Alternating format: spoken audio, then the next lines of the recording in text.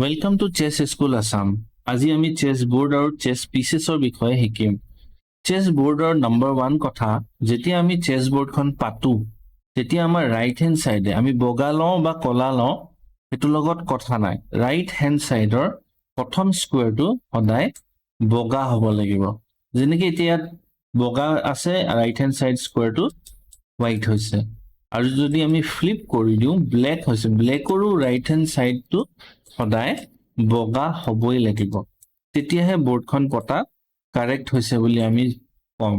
Next, চেছ বোৰ্ডখনত total 64টা square থাকে। প্ৰত্যেকটো স্কোয়াৰৰ এটা এটা নাম্বাৰ থাকে যিটো আমি উলিয়াবলৈ শিকিম, কিন্তু তাৰ আগতে চেছ বোৰ্ডখনত আমাৰ ফাইলছ থাকে।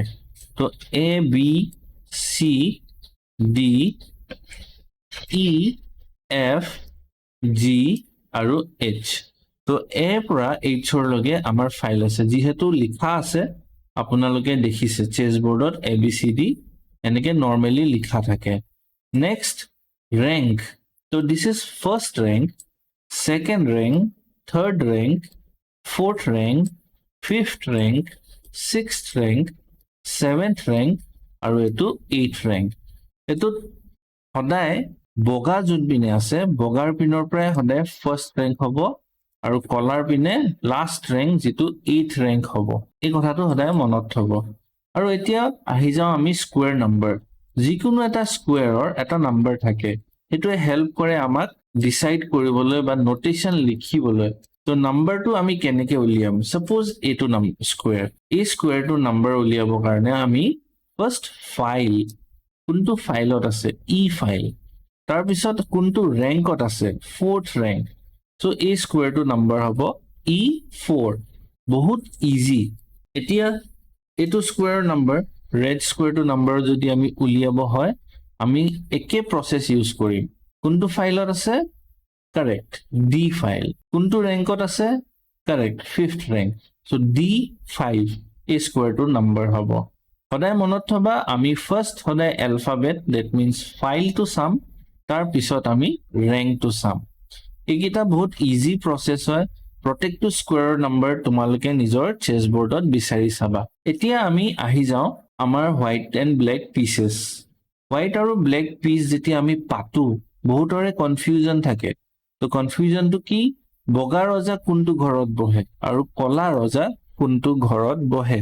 তো এইটো একদম সিম্পল হয়, অপোজিট কালাৰ ঘৰত বহিব। তো বগা ৰজা কলা ঘৰত আৰু কলা ৰজা বগা ঘৰত। মই কলা এইকাৰণে কৈছো কাৰণ নৰ্মেলি আমি বগা আৰু কলা বুলি কওঁ, চেছত লাইট স্কোয়াৰ্স আৰু ডাৰ্ক স্কোয়াৰ্স বুলি কয়। তো ইমান টেকনিক্যাল নহলেও হ'ব, সিম্পল বগা ৰজা কলা ঘৰত, কলা ৰজা বগা ঘৰত, একদম সিম্পল। নেক্সট হৈছে নামখিনি। তো এইটো কিং, এইটো কুইন, এই দুটা বিশপ, এই দুটা নাইট, এই দুটা ৰুক, আৰু আগত থকা গোটেই কিটাক আমি পন বুলি কওঁ। তো আকৌ এবাৰ মই ৰিপিট কৰিছো, rook, knight, bishop, king, queen and pawns. মনত থাকিব, একদম সিম্পল। এতিয়া আমি আহো পইণ্টছলৈ। তো কিঙৰ 0 পইণ্টছ, কুইনৰ সবতকে বেছি পইণ্টছ 9, তাৰ পিছত আহি যায় প্ৰত্যেকখন ৰুক। এখন ৰুকৰ 5 পইণ্টছ, তো দুখন ৰুকৰ মিলাই 5 + 5। তাৰ পিছত আহি যায় বিশপ দুটা, দুইটাৰে বিশপৰে 3 পইণ্টছ 3 পইণ্টছ ইচ। তাৰ পিছত আহে নাইট, নাইট কিটাৰ 3 পইণ্টছ আৰু 3 পইণ্টছ দুইজনৰে আছে। তো প্ৰত্যেকটো পিছৰ পইণ্টছ কিটা আমাৰ বহুত ইম্পৰ্টেন্ট হয় যেতিয়া আমি চেছ খেলো, কাৰণ আমি মেথমেটিক্যাল ক্যালকুলেশনস কিছুমান কৰিব দৰকাৰ হয়। পনৰ প্ৰত্যেকটো পনৰ ইন্ডিভিজুৱেল পইণ্টছ হৈছে 1, আৰু গোটেই কিটা একেলগতে লগাই দিলে টোটেল 8 পইণ্টছ হয়, কাৰণ পন 8টা থাকে। আৰু হোৱাইটৰ যেনেকে একদম এক্সাক্টলি ব্লেকৰো।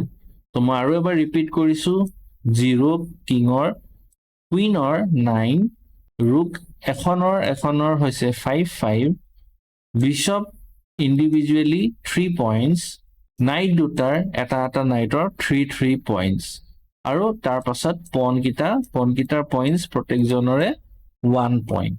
তো এইটোৱে আছিলে চেছ বোৰ্ড আৰু চেছ পিচেছৰ বেসিক নলেজ। এইখিনি মনত পোৱাৰ পাছত আমি নেক্সট চাম কেনেকৈ চেছ গেমটো খেলিব পাৰি।